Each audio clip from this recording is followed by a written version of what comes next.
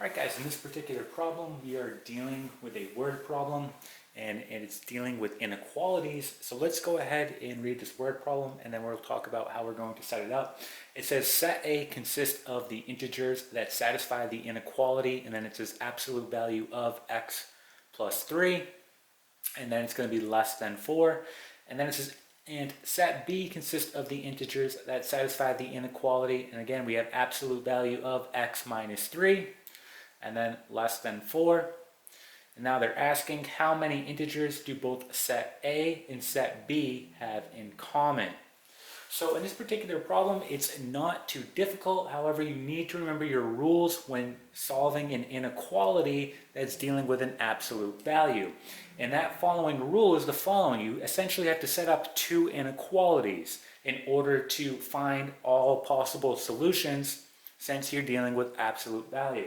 So for example, let's look at our first inequality and let's go ahead and find the solutions that are going to satisfy the inequality. And we do that the following way. Okay, this first step is you want to make sure that your absolute value is isolated. And in both cases here, our absolute value is in fact isolated. So that is step one, it's already done for us. Now step two, we want to go ahead and write two inequalities. The first one, we're going to write it as is, except we're not going to write the absolute value bar. So for example, our first inequality is going to look like this, x plus 3, so x plus 3, and then less than 4. Okay. Now our next inequality, we're going to do the same thing, we're going to write x plus 3, except now we're going to flip the inequality, and we're going to make the sign negative on the right of it. So this would be negative 4. And again, we need to do this because we need to take into account for all possible solutions here since we're dealing with absolute value. All right, so let's go ahead and solve both of these inequalities. So we're going to minus 3 minus 3. We're going to get here x is less than, so we have 4 minus 3, that gives us 1. Okay, let's do this one. We're going to get minus 3 minus 3, and we get x is going to be greater than, and this is going to give us negative 7. Okay, so we can go ahead and write the following solution to this particular inequality, and that's going to be the following. We know that, well, x has to be greater than negative 7, and it also has to be less than 1. Okay, so here is our first solution. Okay, so any integer that falls within this particular interval is acceptable and will satisfy this inequality. Okay, let's go ahead and do the same thing for the second inequality now. So let's go ahead and erase this. And we'll set the second one up. So again, we're writing two inequalities here. Here's the first one, x minus 3, this will be less than 4. And then our second one, x minus 3. Now flip the inequality and change the sign.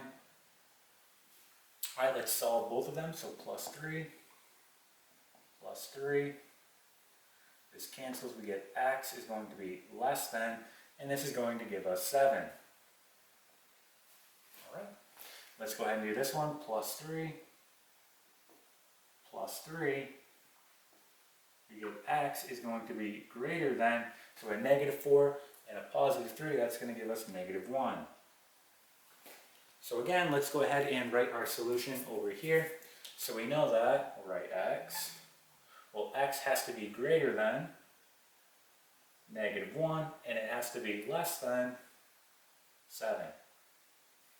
Alright, now our last step here, what we want to do, we want to actually go ahead and write out all the integers, okay, that are part of our solution here. So let's go ahead and erase this. So looking at our first solution, right, let's write all the integers that are going to be part of this solution set. That's going to be negative 6, negative 5, negative 4, negative 3, negative 2, negative 1, and 0.